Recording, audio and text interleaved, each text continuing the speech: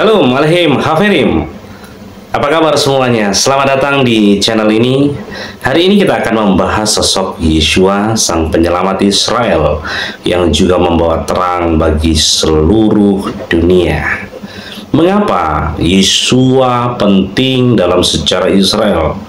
Dan apa makna kehadirannya bagi kita saat ini?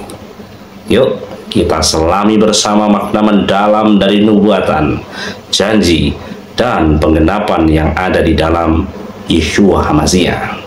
Jangan lupa untuk like, subscribe, dan aktifkan lonceng notifikasi agar tidak ketinggalan pembahasan menarik lainnya. Langsung saja kita mulai.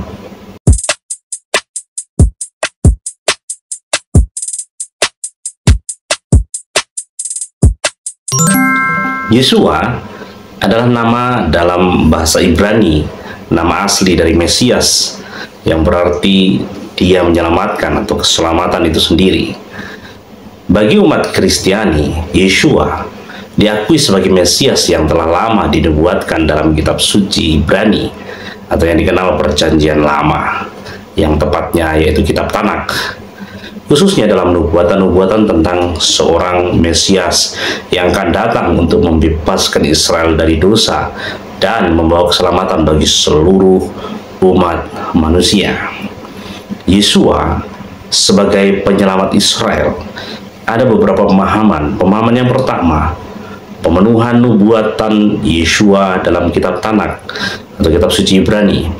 Ada banyak nubuat yang merujuk pada Mesias yang akan datang, termasuk nubuatan tentang seorang raja dari keturunan Daud yang akan memimpin Israel menuju era kedamaian dan keadilan. Misalnya di dalam Yeshayahu 9 ayat 5-6, Yeremiyahu 23 ayat 5 dan 6, dan Mika 5 ayat 2. Bagi orang percaya, Yeshua dianggap memenuhi nubuatan ini, meskipun perannya sebagai Mesias sering dipahami lebih luas daripada sekedar pemimpin politik ataupun pemimpin militer.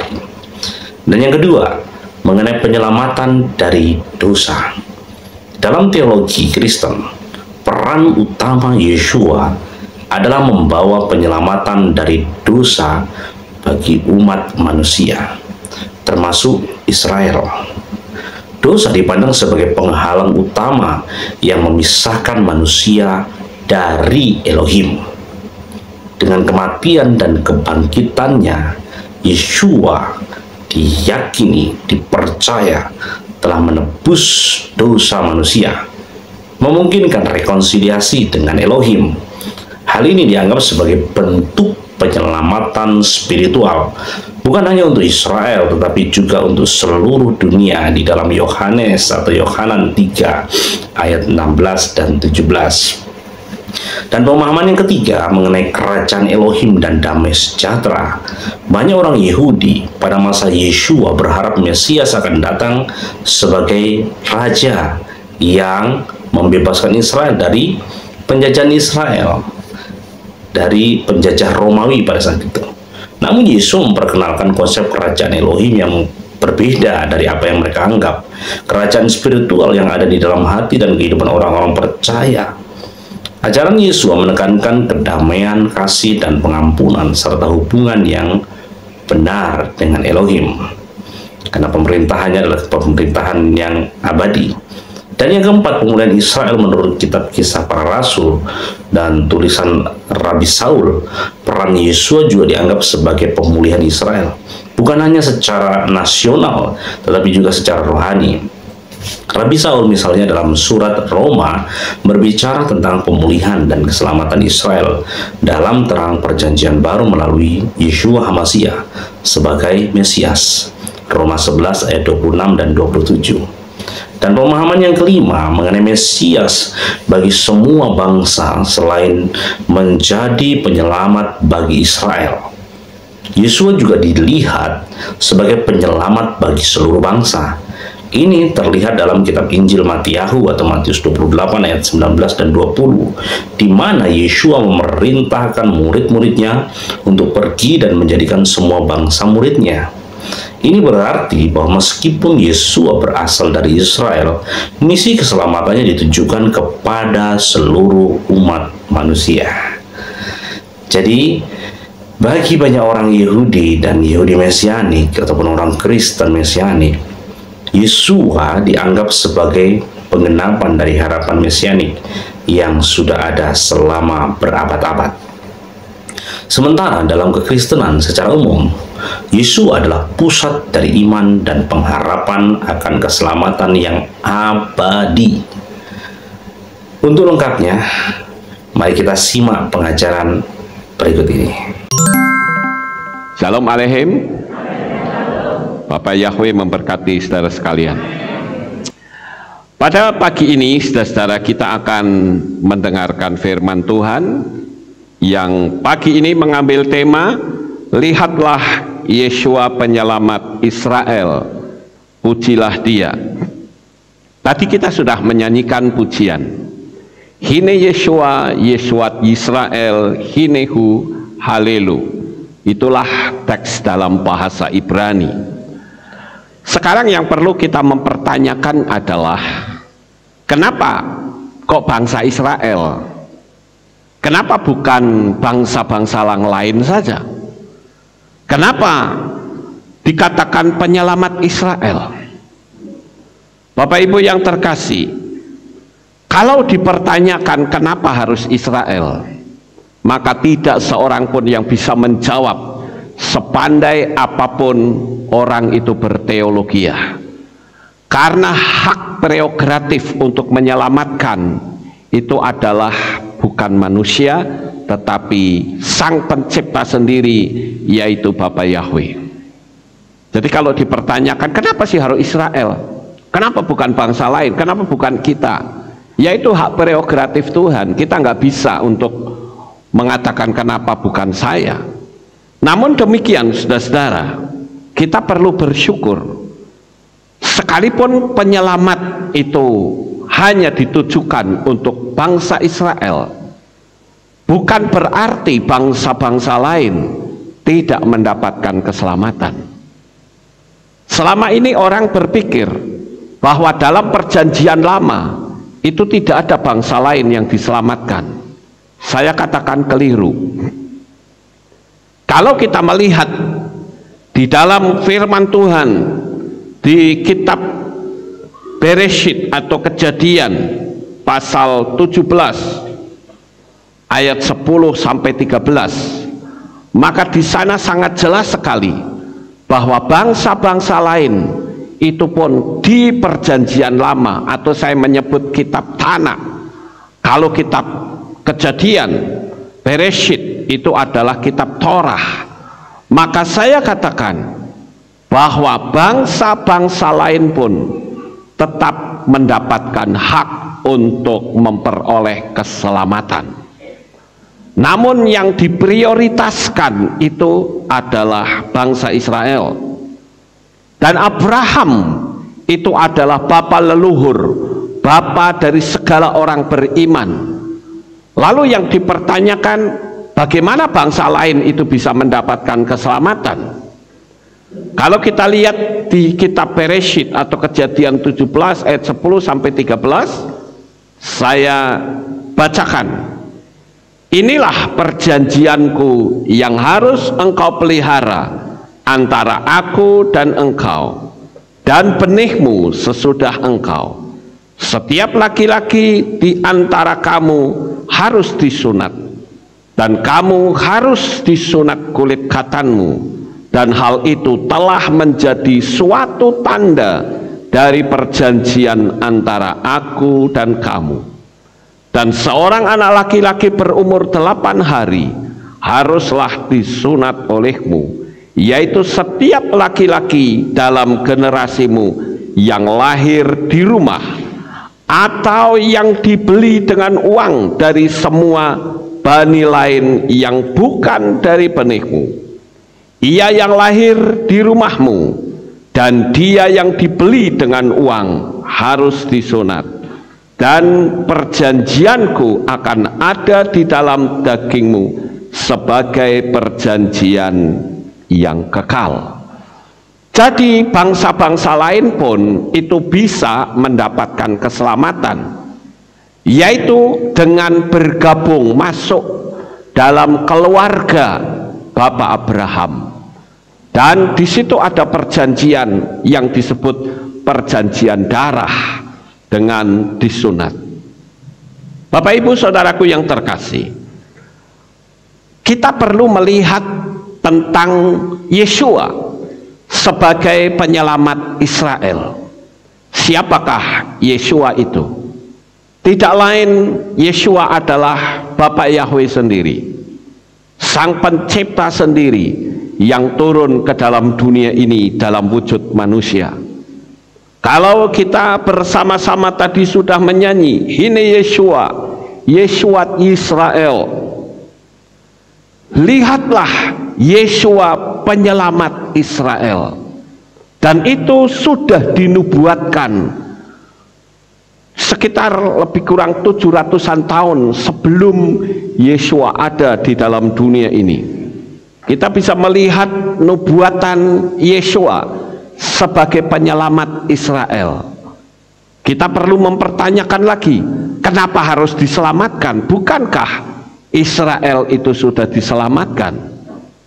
Bapak Ibu yang terkasih, saya katakan bahwa bangsa Israel yang sudah diselamatkan, namun kehidupan mereka kehidupan yang sangat ngacau sekali. Nabi-nabi diturunkan juga mengalami aniaya, apalagi di zaman kitab Melehim atau kitab raja-raja, banyak sekali nabi-nabi yang dibunuh. Bangsa Israel kembali melakukan perzinahan secara alam supranatural, yaitu dengan menyembah Baal. Dan disitulah perlu adanya karya penyelamatan yang sempurna. Nabi-nabi ternyata tidak sempurna karya penyelamatannya. Kenapa? Karena nabi-nabi itu adalah keturunan manusia yang sudah berdosa. Tuntutan alam semesta, tuntutan Tuhan adalah manusia harus tunduk sampai akhir, dan dia adalah harus manusia yang sempurna. Tetapi bagaimana manusia bisa sempurna, saudara? Karena tidak ada manusia yang sempurna, sebab Adam dan Hawa sudah jatuh di dalam dosa. Di atas muka bumi ini tidak ada satupun yang sempurna yang berhak untuk memberikan jaminan keselamatan. Kalau tidak ada yang sempurna, lalu siapa yang paling sempurna? Tidak lain adalah Bapak Yahweh sendiri. Sementara yang perlu diselamatkan itu adalah manusia, maka jalan satu-satunya adalah Yahweh Sang Pencipta itu turun ke dalam dunia ini dalam wujud manusia. Dialah Yeshua HaMashiach. Saudaraku, kalau kita melihat nubuatan dari kedatangan Yeshua HaMashiach 700-an tahun sebelum dia turun ke dalam dunia ini, sudah dinubuatkan oleh Nabi Yesaya. Kita bisa melihat di dalam kitab Yesaya pasal 53 ayat 3 sampai 7. Saya bacakan untuk saudara, demikianlah bunyinya. Dia direndahkan dan ditolak oleh manusia, seorang yang penuh penderitaan dan dikenal berpenyakitan, atau memiliki rasa sakit, dan seperti yang menyembunyikan wajahnya dari dirinya. Dia direndahkan dan kita tidak mengindahkannya. Sesungguhnya dia telah menanggung penyakit dan penderitaan kita. Dia telah memikulnya, tetapi kita dianggap dia kena kutuk, dihajar dan didera Elohim. Namun dia ditikam karena pemberontakan kita, diremukkan karena kejahatan kita. Ganjaran demi keselamatan kita menimpa atasnya, dan melalui bilurnya dia telah menjadi kesembuhan bagi kita. Seperti domba, kita semua telah tersesat, kita masing-masing telah berbalik menurut jalannya sendiri, tetapi Yahweh telah menimpakan kepadanya kejahatan kita semua. Dia ditindas dan dia disengsarakan, tetapi dia tidak membuka mulutnya. Seperti seekor anak domba dia digiring ke pembantaian, dan seperti induk domba dia menjadi keluh di hadapan yang mengguntingi bulunya. Demikianlah dia tidak membuka mulutnya. Bapak Ibu Saudaraku yang terkasih di dalam Tuhan Yeshua HaMashiach, baik yang ada di Kehilat ini maupun yang ada di berbagai belahan dunia manapun yang mengikuti streaming kita di tempat ini. Melalui nubuatan ini kita tentu tahu siapa yang dimaksud. Dia tadi tidak lain adalah Yeshua HaMashiach. Dia ditolak, dia dianiaya, dia bahkan menderita sengsara, sampai dikatakan dia mengalami sakit yang luar biasa. Sakit yang dimaksud di situ bukan seperti yang diterjemahkan di ILT ini, ada sedikit yang kurang tepat, yaitu kata berpenyakitan. Nanti konotasi orang sakit demam, sakit bisul, sakit apa. Yang disebut sakit di situ adalah sakit ketika dia didera, sakit ketika dia dianiaya, diludahi, dipukul, dicambuk, bahkan sampai dipaku tangan dan kakinya.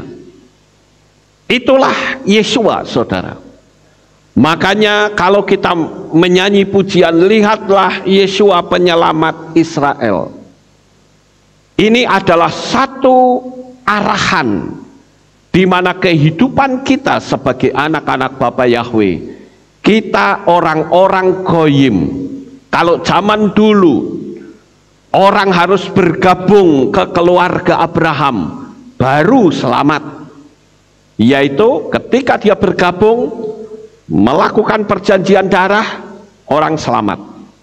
Sekarang ketika Yeshua sudah datang ke dalam dunia ini, maka kita pun orang-orang goyim harus bergabung dalam keluarga Israel.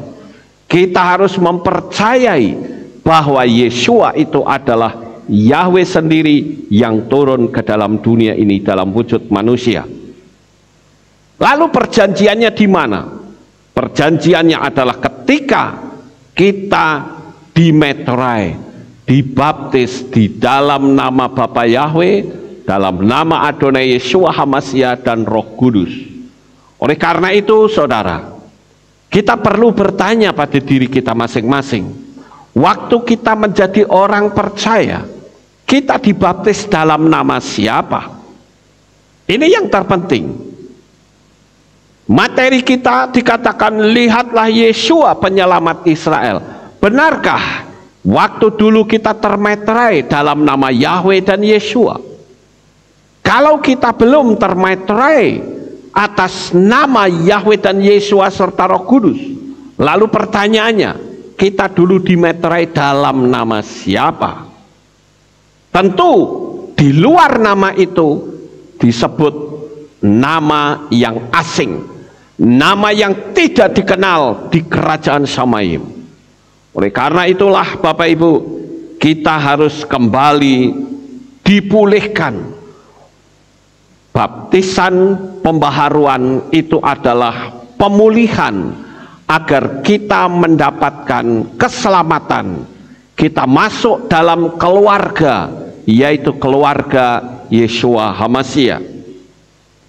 Bapak Ibu yang terkasih, kalau kita melihat Bapa Yahweh itu adalah Tuhan yang mencintai manusia, dan Tuhan menjadikan manusia hidup di dunia ini. Apa sih tujuan Tuhan bikin manusia di dunia? Tidak lain adalah untuk menggantikan kedudukan Lucifer, malaikat cahaya yang memiliki tugas untuk memuliakan Bapa Yahweh. Tetapi ternyata malaikat-malaikat cahaya itu dia memberontak, bahkan ingin menguasai yang maha tinggi. Lucifer, malaikat cahaya itu akhirnya dibuang ke dalam dunia ini. Dan kita dijadikan Tuhan justru di dalam dunia. Jadi kalau begitu Bapak Ibu, Tuhan jelas-jelas dengan kata lain dia hendak berkata kepada kelompok rombongan besar malaikat cahaya itu. Tuhan hendak berkata, kamu memberontak kepadaku? Silahkan, sekarang aku bikin makhluk yang lain, yaitulah manusia yang dibuat dari tanah. Tetapi manusia itu diberikan keistimewaan karena kehidupan manusia sendiri adalah kehidupannya Bapa Yahweh. Karena pada waktu Adam dijadikan, firman Tuhan mengatakan Bapa Yahweh menghembuskan nafas hidup ke dalam hidungnya, sehingga manusia itu bisa hidup, dan hidupnya itu sama dengan Bapa Yahweh. Makanya Tuhan katakan, baiklah kami menjadikan manusia menurut rupa dan gambar kami. Kita semua Bapak Ibu, saudara dan saya, dan dimanapun saudara berada, posisi saudara itu sama dengan posisi Tuhan. Makanya Rabi Shaul atau Rasul Paulus mengatakan kepada Timotius sebagai manusia Elohim, wujudnya manusia, tetapi di dalam diri manusia itu ada roh Elohim, ada Roh Kudus yang membimbing di dalam perjalanan kehidupan kita. Bapak Ibu Saudaraku, sejak pertama kali manusia jatuh di dalam dosa, maka Tuhan sudah menubuatkan akan datangnya Yeshua HaMashiach. Di dalam kitab Beresyit pasal 3 ayat yang ke-15 dikatakan, dan aku akan mengadakan permusuhan antara engkau dengan wanita ini, dan antara keturunanmu dengan keturunannya. Dia akan meremukkan kepalamu, dan engkau akan meremukkan tumitnya. Siapakah yang dimaksud dari keturunan perempuan atau wanita ini? Tidak lain adalah Yeshua HaMashiach, pahlawan kita.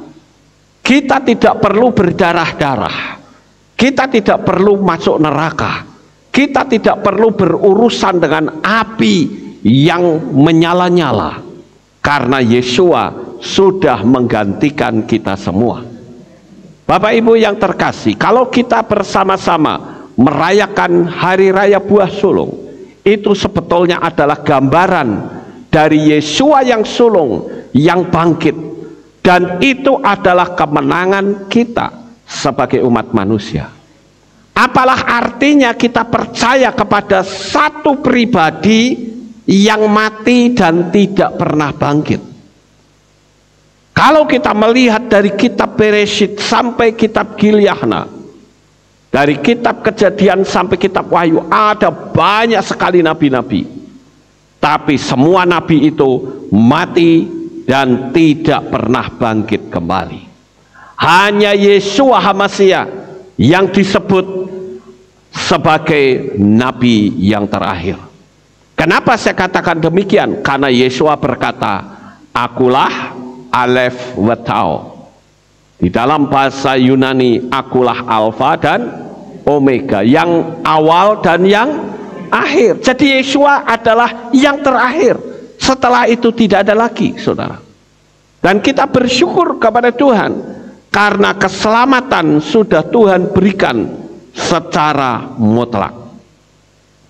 Kalau kita melihat di dalam kitab Lukas pasal 9 ayat 21, seharusnya lah anak manusia menderita banyak hal dan ditolak oleh para tua-tua dan imam-imam kepala serta para ahli kitab, dan dibunuh dan dibangkitkan pada hari yang ketiga.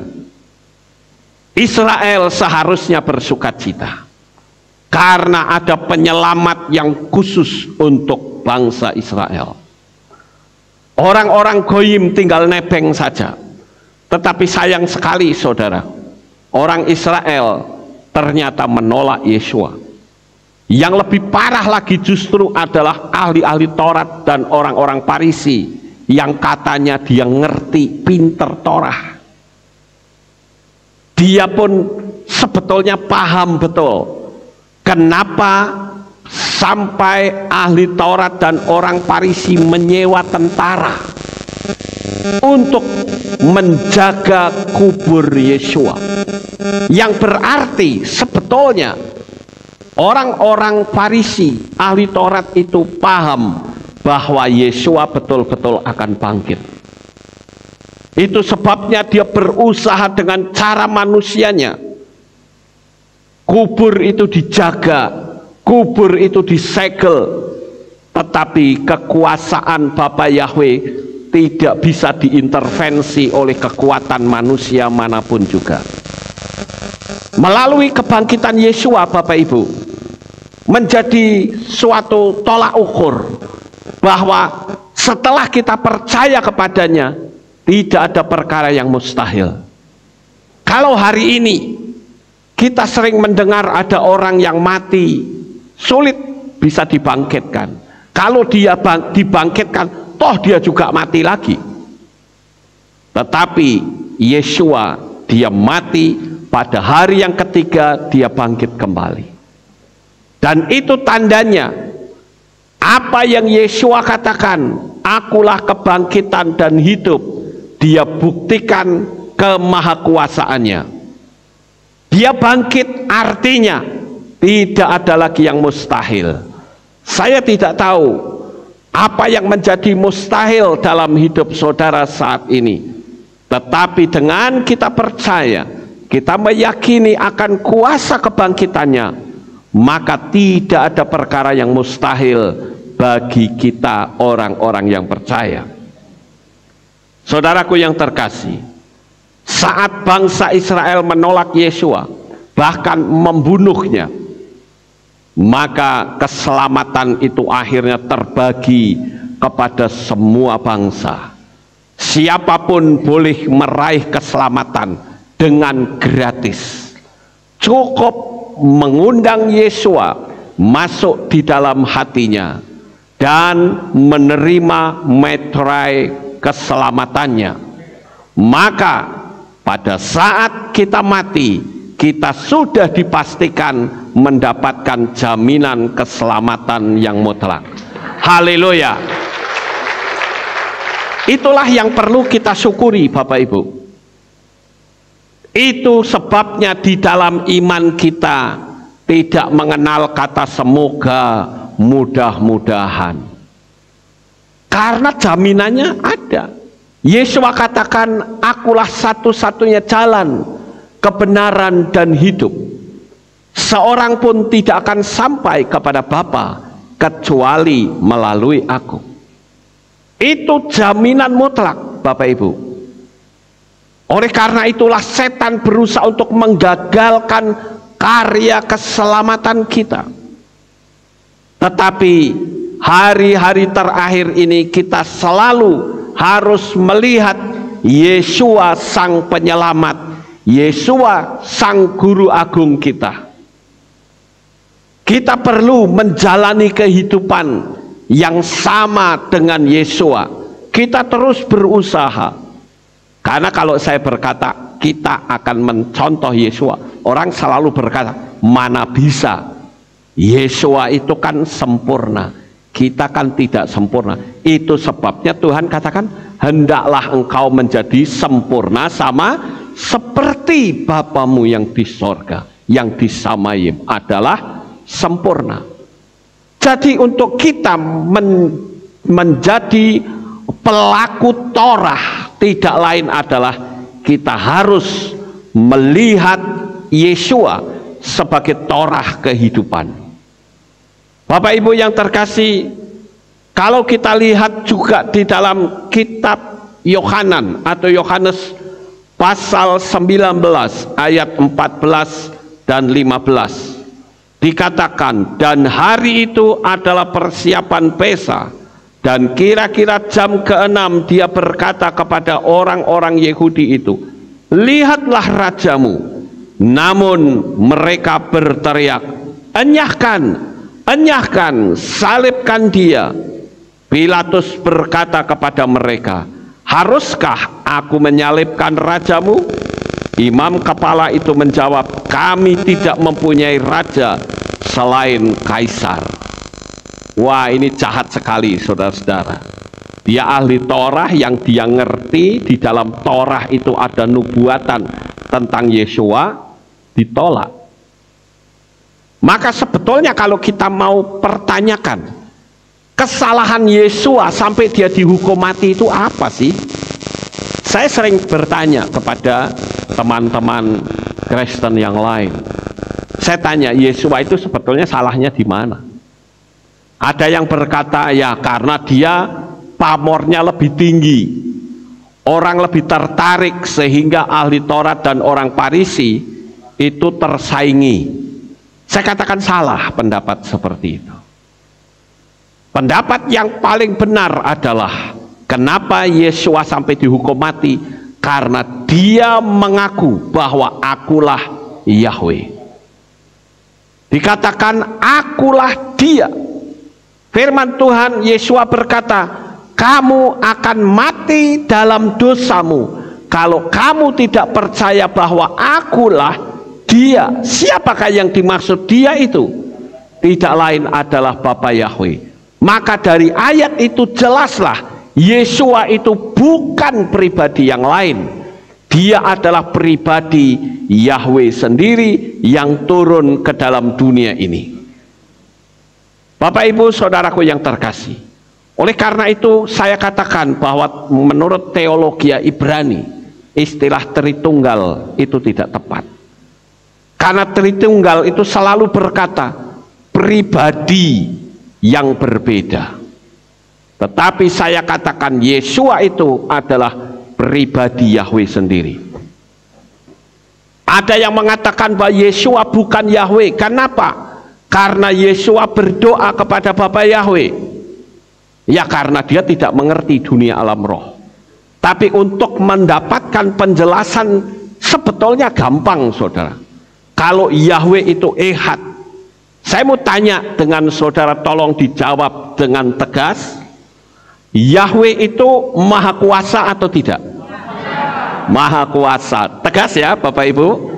Nah sekarang dengan kemahakuasaannya bisa nggak dia menjadi sejuta fenomena? Bisa. Bagus sekali. Jadi kalau dia bisa menjadi sejuta fenomena, berarti untuk dia menjadi tiang awan dan tiang api tentu saja bisa. Amin. Kalau saudara lihat bangsa Israel ada di padang gurun, ada tiang awan yang menutup seluruh perkemahan Israel seperti payung raksasa. Apakah itu awan secara alamiah? Tidak. Kalau awan secara alamiah, pasti umurnya mungkin 10 menit hilang kena angin, saudara. Tetapi ini adalah fenomenanya Bapa Yahweh sendiri. Bapa Yahweh menjadi tiang awan, dan kalau malam hari dia menjadi tiang api. Bapa Yahweh juga pernah menjadi fenomena tangan yang menulis di dinding kerajaan Belsasar. Bapa Yahweh juga pernah turun ke dalam dunia ini dalam wujud manusia ketika dia menolong 3 orang pemuda, Hananya, Misael, Azaria, yang dikenal sebagai Sadrah, Mesah, dan Abednego. Itu adalah fenomena Bapa Yahweh. Tetapi di antara semua fenomena itu, yang paling istimewa adalah ketika dia turun ke dalam dunia ini dalam wujud manusia, tetapi dia dilahirkan seperti manusia pada umumnya. Itulah yang saya katakan, Bapa Yahweh bisa menjadi sejuta fenomena. Kalau tidak bisa berarti kalah dong dengan Sun Gokong, saudara. Kalau saudara sering membaca komik, saudara ada siluman kera yang bernama Sun Gokong. Kalau dia dikeroyok oleh 100 orang, dia bisa menggandakan diri menjadi 100 orang. Makanya saya katakan, bisa nggak Bapak Yahweh menjadi sejuta fenomena? Bisa. Pertanyaan yang berikutnya, bisa nggak dia berdialog dengan fenomenanya sendiri atau fenomenanya yang berbicara dengan dia? Bisa nggak? Bisa. Kalau tidak bisa berarti Bapak Yahweh bukan Maha Kuasa. Makanya saya katakan Bapak Ibu, bahwa kita sebagai anak-anak Tuhan, kita tahu bahwa Yesua itu adalah Yahweh sendiri. Makanya dia berkata, kamu akan mati dalam dosamu kalau kamu tidak percaya bahwa akulah Dia, akulah Yahweh. Itulah alasannya kenapa ahli Taurat dan orang Farisi menghukum mati Yesua, karena dianggap Yesua itu menghujat Sang Pencipta. Orang-orang Farisi dan ahli Taurat tidak tahu bahwa Dia adalah memang Sang Pencipta itu sendiri. Jadi kalau Yesua sudah menyelamatkan umat manusia, betapa bahagianya kita, saudara. Kita tidak perlu melihat ke yang lain. Lihat sajalah Yesua, Sang Penyelamat Israel. Sesuai dengan tema kita pada pagi ini, anugerah itu dilimpahkan kepada kita sekalian sebagai orang-orang goyim, yaitu saudara dan saya. Sekarang yang menjadi pertanyaan yang pertama adalah, apa yang sudah kita lakukan untuk membalas kasih-Nya? Ya dong Bapak Ibu, kalau kita memang sedang berjalan menuju ke neraka, tiba-tiba ada seseorang yang menyeret kita keluar dari jalur menuju ke neraka itu, dan orang itu menunjukkan, kamu terus ke sana binasa kamu. Begitu kita lihat, wah ternyata api. Kita tentu berterima kasih, bukan? Kita tentu bersyukur, bukan? Kita juga akan berkata, Tuhan, aku akan mengabdi kepadamu, aku akan melayani Engkau, aku akan lebih sungguh-sungguh lagi karena Engkau sudah menyelamatkan aku. Jadi pertanyaan pertama, apa yang sudah kita lakukan untuk Tuhan? Pertanyaan ini perlu dipertanyakan pada diri kita masing-masing, dan Tuhan itu paling suka adalah saat kita membawa jiwa-jiwa baru datang kepada Bapak Yahweh. Ada banyak orang yang sampai hari ini ketika menyebut Yahweh saja dianggap sesat, tetapi sayangnya mereka kok panggil dengan berkata haleluya. Mereka tidak tahu bahwa haleluya itu artinya pujilah Yahweh, karena haleluya itu artinya pujilah. Yah itu adalah kependekan dari Yahweh. Jadi haleluya itu artinya pujilah Yahweh. Tetapi Yahweh malah ditolak. Sungguh aneh fenomena ini Bapak Ibu. Oleh karena itu kita sebagai anak-anak Tuhan, kita perlu menyadari kita orang-orang yang sudah diselamatkan. Yang kedua, kalau dikatakan lihatlah Yesua Sang Penyelamat Israel, mungkin kita akan berkecil hati. Tuhan, saya bukan orang Israel. Betul, saudara bukan orang Israel. Di sini, di Kehilat ini saja, ada orang Jawanya, ada orang Tionghoanya, ada orang Bataknya, ya macam-macam, saudara-saudara. Itu hanya dalam wujud daging. Tetapi ketika kita percaya kepada Bapa Yahweh, kita sudah dijadikan Israel secara rohani. Itulah anugerah yang besar. Jadi kita ini adalah Israel rohani karena iman kita berasal dari sana. Iman kita bukan dari India, iman kita bukan dari Arab, iman kita bukan dari Cina, iman kita bukan dari Yunani, tapi iman kita berasal dari Israel. Jadi layaklah jikalau kita perlu melurus-luruskan hal-hal yang tidak ada dalam kitab suci, kita harus luruskan Bapak Ibu. Kalau saya melihat ya, ada banyak hal yang sebetulnya tidak pernah ada dalam kitab suci, tetapi dilakukan. Contoh, kita sering melihat ada orang masuk neraka, katanya setan yang menyiksa, ya kan? Banyak kesaksian-kesaksian di mana-mana. Emangnya setan bisa menyiksa manusia di neraka? Kok enak sekali, enak dong jadi setan, ya. Di dunia bisa ganggu orang, setelah orang mati masih nyiksa orang lagi. Padahal kitab suci mengatakan setanlah yang disiksa. Lalu pertanyaannya, siapa yang menyiksa? Ya keadaan tempat itu yang membuat setan itu kepanasan karena api neraka. Jadi itu tidak pernah ada, tetapi dipercaya. Yang kedua, yang tidak pernah ada, ketika orang-orang Kristen berdoa tangannya selalu dikatopkan, ditutup.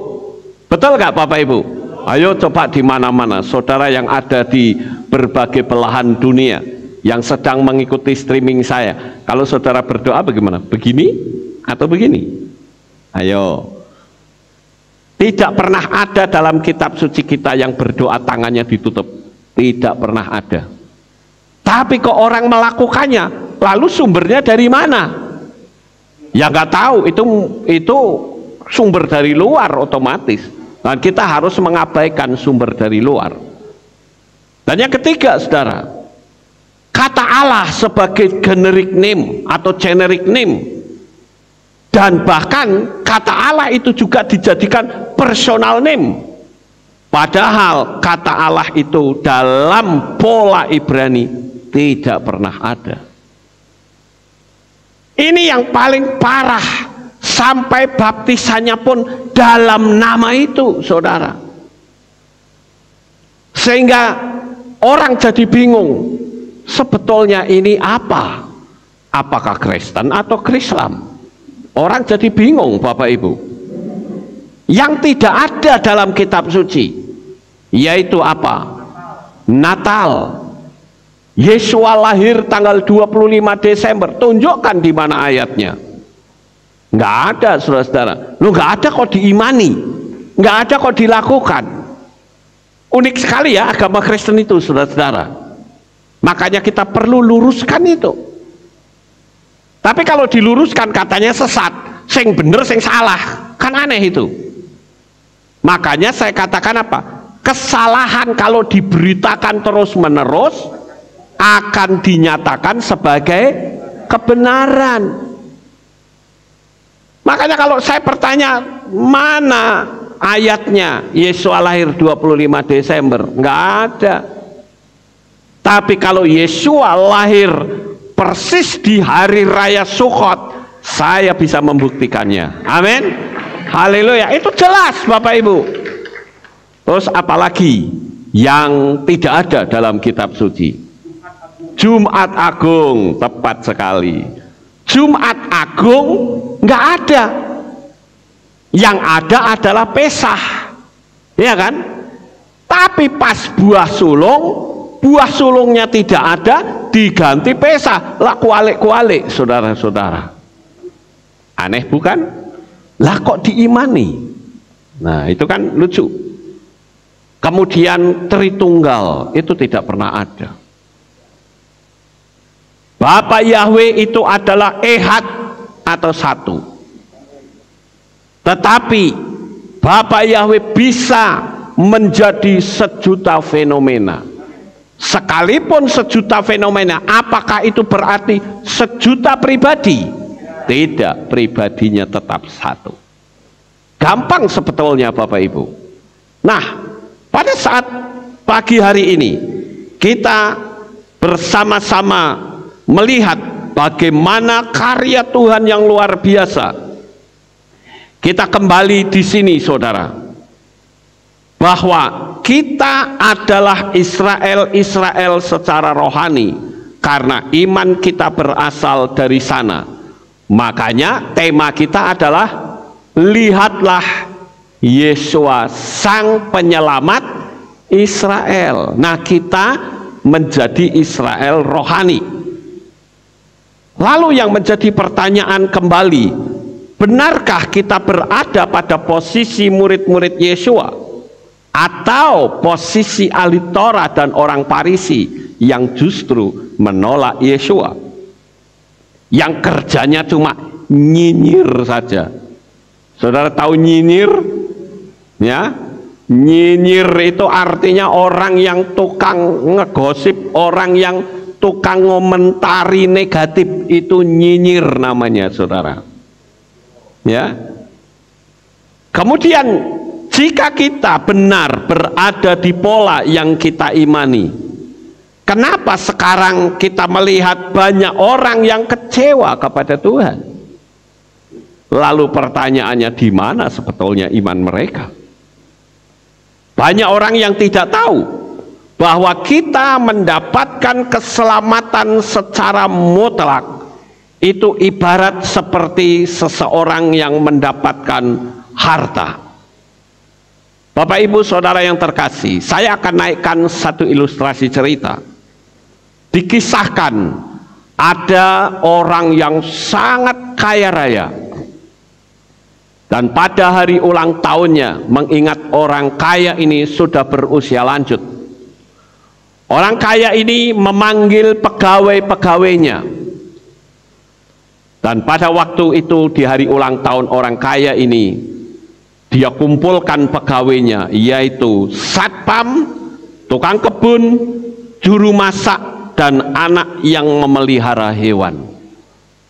Mereka duduk dalam satu kursi banyak dan satu meja yang besar.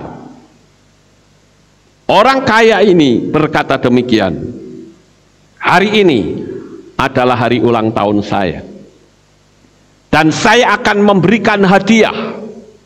Dia keluarkan uang beberapa gepok, saudara, dan sebuah kitab suci. Lalu dia panggil satpam, Bapak satpam, kamu mau pilih yang mana? Uang yang banyak ini atau kitab suci? Satpam itu berkata, karena saya tidak bisa membaca, maka kitab suci itu tidak ada artinya bagi saya. Jadi saya memilih uang. Silakan ambil uang ini. Orang kaya itu memberikan uang banyak sekali, berkepok-kepok, saudara-saudara, karena namanya juga orang kaya. Kemudian dia tanya kepada tukang kebun, kalau kamu bagaimana? Tukang kebun berkata, saya sebetulnya ingin kitab suci itu, tetapi saat ini istri saya sedang sakit parah, jadi kitab suci itu juga tidak ada artinya bagi saya. Lebih baik saya memilih uang. Oh silakan, nggak apa-apa. Dia keluarkan uang lagi dengan jumlah yang sama dengan yang diberikan tadi kepada satpam. Kemudian orang kaya ini mengeluarkan uang lagi. Lalu ditanyalah juru masak, kalau engkau bagaimana, juru masak? Apakah kamu suka uang ini atau kitab suci? Nggak usah segan. Kalau memang kamu butuh atau mau pilih uang, nggak apa-apa, ngomong saja. Dan juru masak itu berkata, saya sebenarnya suka menceritakan sesuatu yang indah, suatu kebenaran. Tetapi karena saya itu sibuk, kesibukan saya sampai membaca majalah saja, saya tidak sempat. Apalagi disuruh membaca kitab suci. Jadi bagi saya kitab suci nggak akan berguna. Jadi saya tak milih uang saja. Mari silahkan ambil uang ini.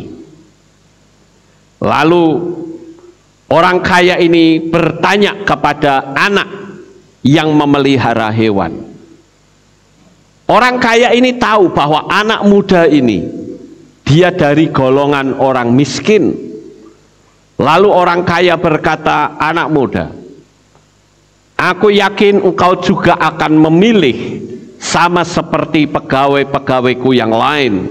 Dia akan memilih uang. Ternyata anak muda ini dia tidak memilih uang. Dia katakan, saya akan memilih kitab suci. Orang kaya ini terkejut, saudara. Loh, kamu ini kan sedang butuh uang, kok malah kamu pilih kitab suci? Dia katakan bahwa ibu saya pernah berkata bahwa firman Tuhan itu atau kitab suci itu lebih berharga dari emas dan lebih manis dari madu. Lalu si orang kaya berkata, baiklah kalau begitu, silahkan kitab suci ini kau ambil. Jadi uangnya kau lepas ya? Iya. Diambilnya lah kitab suci itu. Di hadapan dengan banyak teman-temannya yang ada dalam pekerjaan itu. Si anak muda ini membuka kitab suci, saudara-saudara. Dan apa yang terjadi? Di dalam kitab suci itu terdapat 2 amplop. Yang pertama adalah amplop berisi cek senilai 10 kali lipat dari pemberian orang kaya terhadap pegawai-pegawainya yang lain. Kemudian dia melihat amplop yang satunya. Di situ tertulis tulisan tangan dari orang kaya itu. Dia katakan bahwa siapapun yang memilih kitab suci ini akan mewarisi seluruh harta kekayaan yang aku miliki. Saudaraku yang terkasih, kisah ilustrasi ini berhenti sampai di sini. Tetapi kita bisa melihat makna filosofi di balik cerita ini, saudara. Yang pertama adalah banyak orang yang tidak menyadari bahwa sebenarnya kitab suci itu berisi kekayaan surgawi. Banyak orang yang selalu berpikir duit, duit, duit, sampai karena saking pikirannya duit melulu, ibadah pun sudah tidak lagi sempat. Lalu apa bedanya dengan pegawai-pegawai tadi yang pikirannya hanya tertuju pada duit?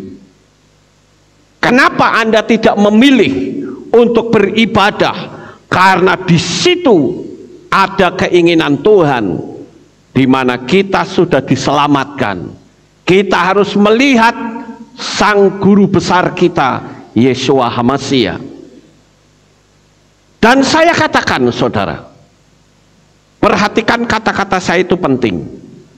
Jikalau orang tahu bahwa jerih lelahmu di dalam mengikut Tuhan dan jerih lelah kamu melayani akan mendatangkan kekayaan yang besar di Syamaim, orang akan berebut untuk menggantikan kedudukan saudara.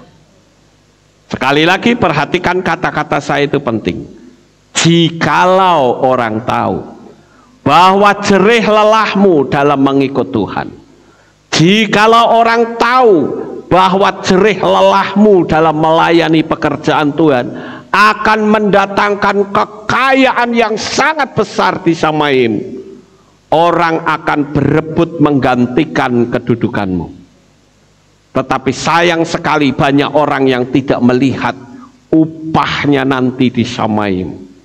Bapak Ibu saudaraku yang terkasih, itu sebabnya Yeshua pernah membuat sebuah perumpamaan di dalam kitab Matius atau kitab Matius pasal 13 ayat 44 sampai 46 dikatakan, lagi pula kerajaan surga itu seumpama harta yang terpendam di sebuah ladang, yang setelah menemukannya seseorang memendamnya, dan oleh karena sukacitanya itu ia pergi menjual segala sesuatu sebanyak yang ia miliki, dan dia membeli ladang itu.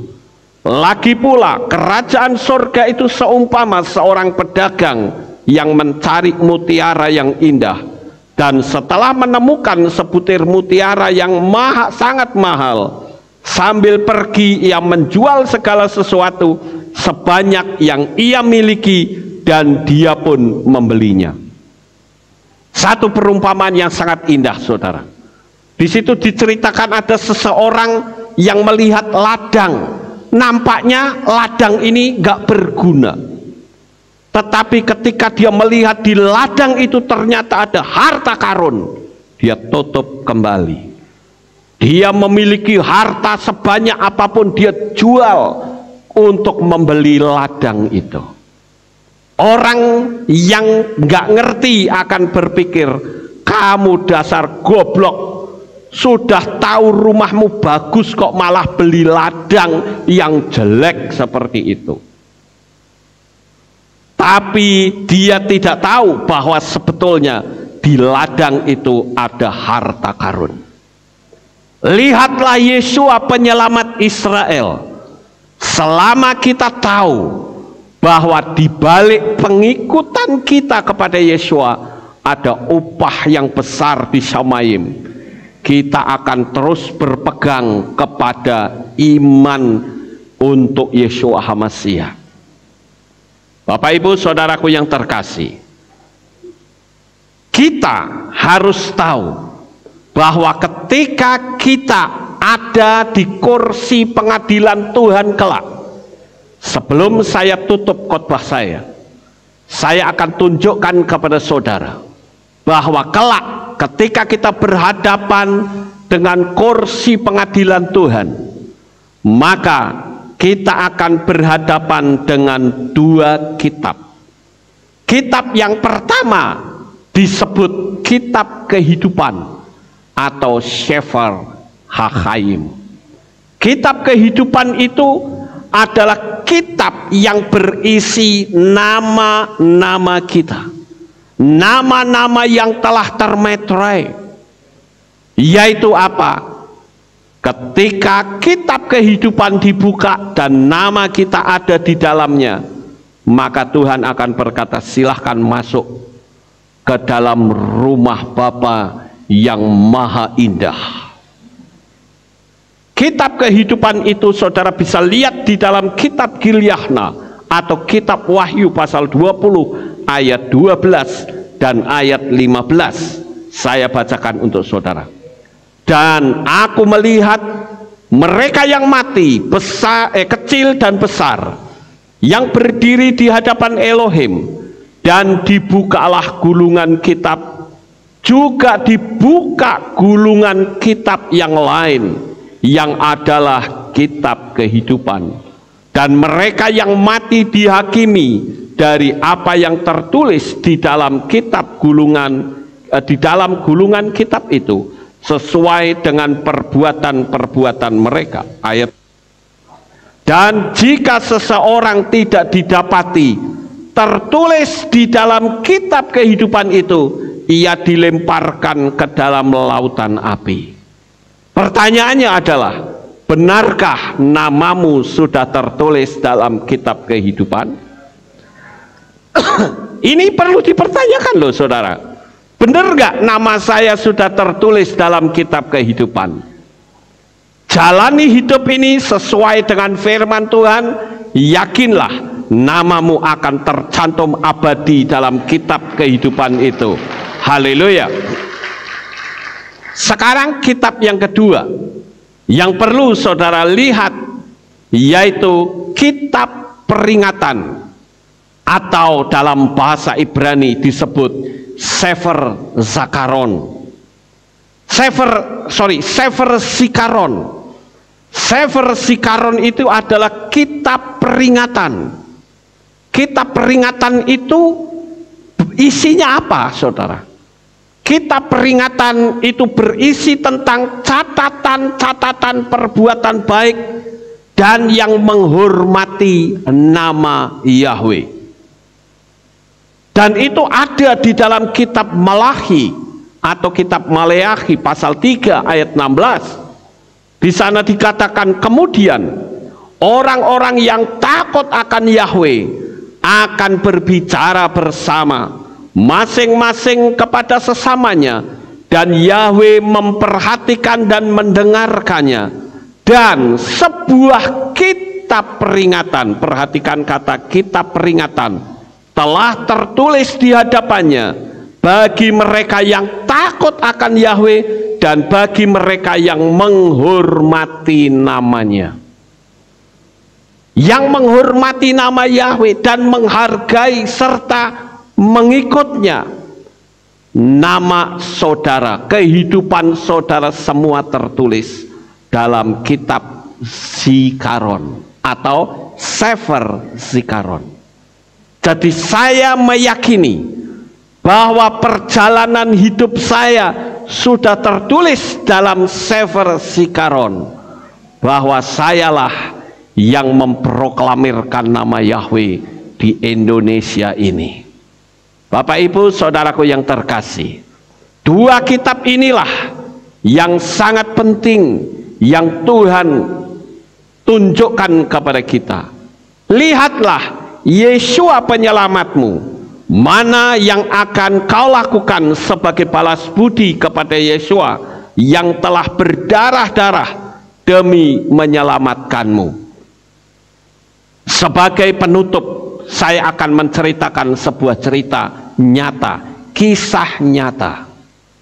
Kisah nyata ini terjadi pada seseorang yang bernama John Griffith.